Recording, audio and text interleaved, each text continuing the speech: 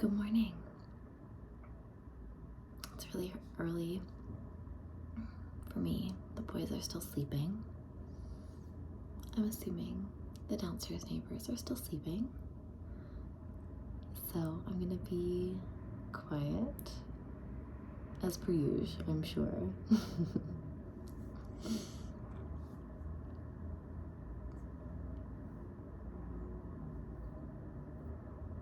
I don't know if any other moms have gone through this, but the postpartum hair loss that turns into postpartum hair regrowth,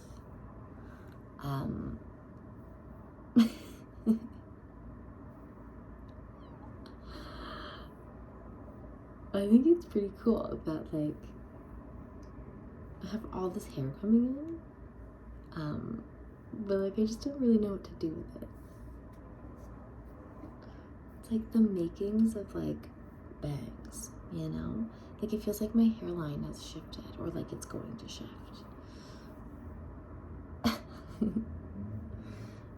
I had the thought the other day that I could like meet this hair where it's at and just like get a perm. My husband thought that was a bad idea. I don't know. I feel like perms could be cool. I don't know if people still get perms. I don't know how bad they are for your hair, but like this was bleached and it's like kind of damaged. So, you know, what's a perm? What's a perm?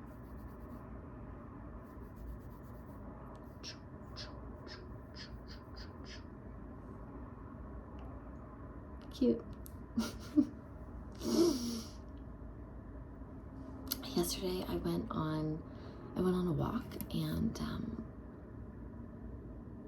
I kept getting called to these beautiful flowers. And we're still in the summertime, but because it's heading into fall, like so much has kind of withered and died, and the colors are not as bright and vibrant, and you can really feel the difference from like 3-4 weeks ago. But I went for a walk and I saw lots of beautiful flowers, and I was reminded of, so I picked up this book at a yard sale. I mean, it's called the Courtyard Sale. It was at Kellogg's Lane. They have this courtyard sale where you don't have to be like an artisan or a creator, but it's basically a garage sale. So anyone can be like, I just have stuff to sell, and instead of doing it out of your house, you do it out of this sale. And there was a woman that was selling books, and I saw this one, The Language of Flowers. And I've always loved flowers. My first job was on a flower farm. I think I mentioned it in an earlier video, 333. And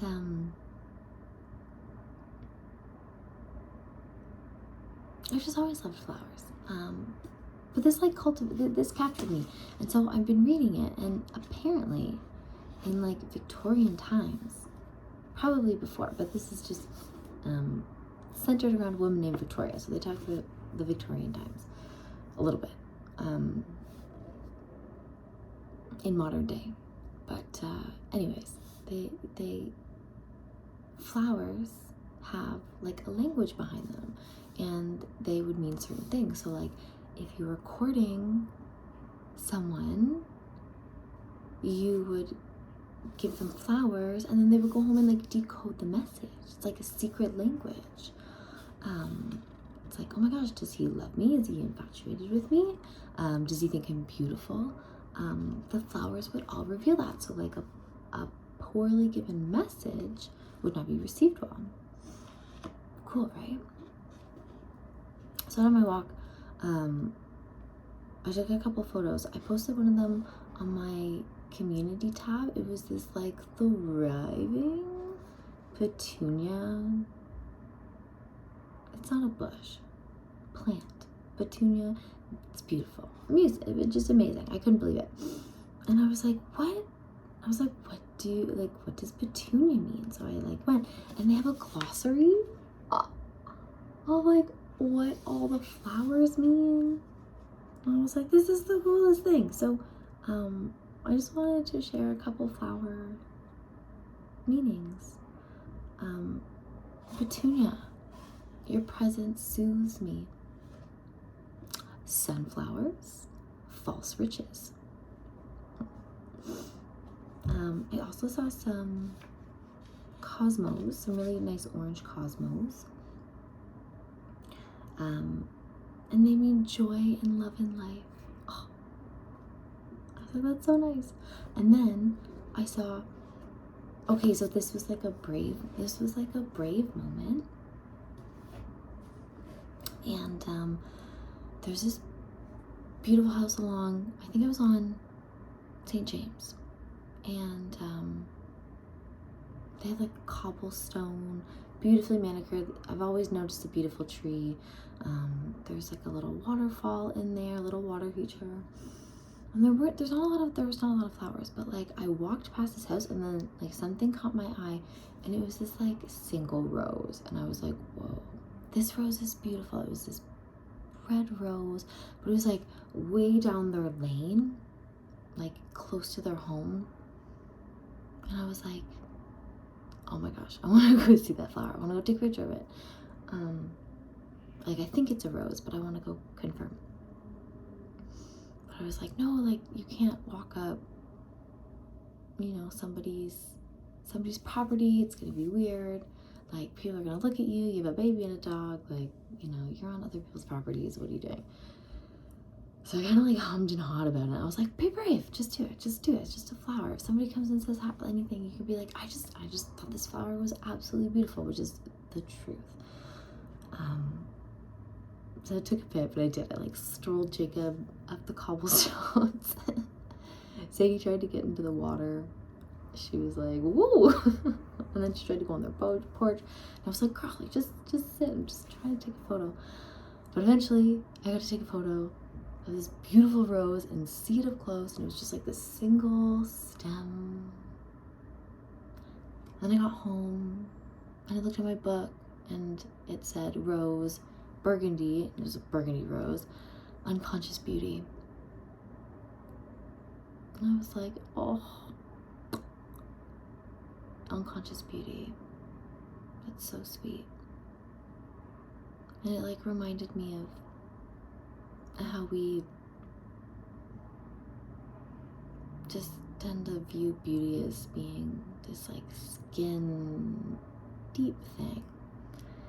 You know, what's beauty in the eyes of the general masses based on like marketing. I just like don't think that that's actually the truth, you know? I think that there are just like beautifully stunning, attractive, like, you know, people whose noses don't turn and whose eyes don't squint. They're like symmetrical and like just like traditionally, like they got it going on, you know? Great, perfect, love that. But like unconscious beauty, I think there's so many people that think that they're not like this traditional definition of what beauty is, myself included. I've never thought that I was a like beautifully looking person. I've had people be like, your hair is beautiful or your eyes are beautiful, but I've never felt like that I'm just like this beautiful thing. But I love the idea of an unconscious beauty because it also ties in this like internal side of it, where beauty is also part of your soul and part of your essence and part of your glow as a person. And even if you know, have some pieces, you know, a dead tooth. I have a tooth that's a weird color, you know. But I still am a beautiful person, just like you are also a beautiful person if your soul is beautiful. Their soul is light and caring and kind and free, and I think like nature, there's so much that's beautiful about nature, and it's like this pine cone, my pine cone, he's beautiful. My sunflower is beautiful. The trees are beautiful, and they've been chopped off left, right, and center, all these branches, but they're still beautiful. They've had some trauma. They're still growing.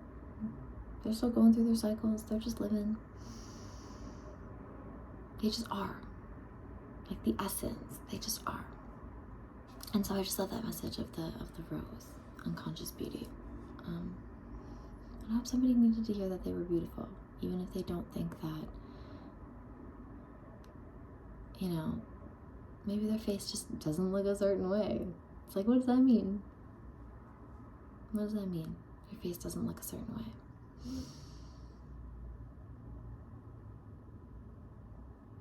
I love the make your insides match your outsides. Is that what I want to say? It's like, if you want to be beautiful, you have to be beautiful inside first. You have to be beautiful inside. It's just a hairbrush away. Hairbrush away. Put a little oil on. Pinch those cheeks a little bit. Perfect. That's all it takes.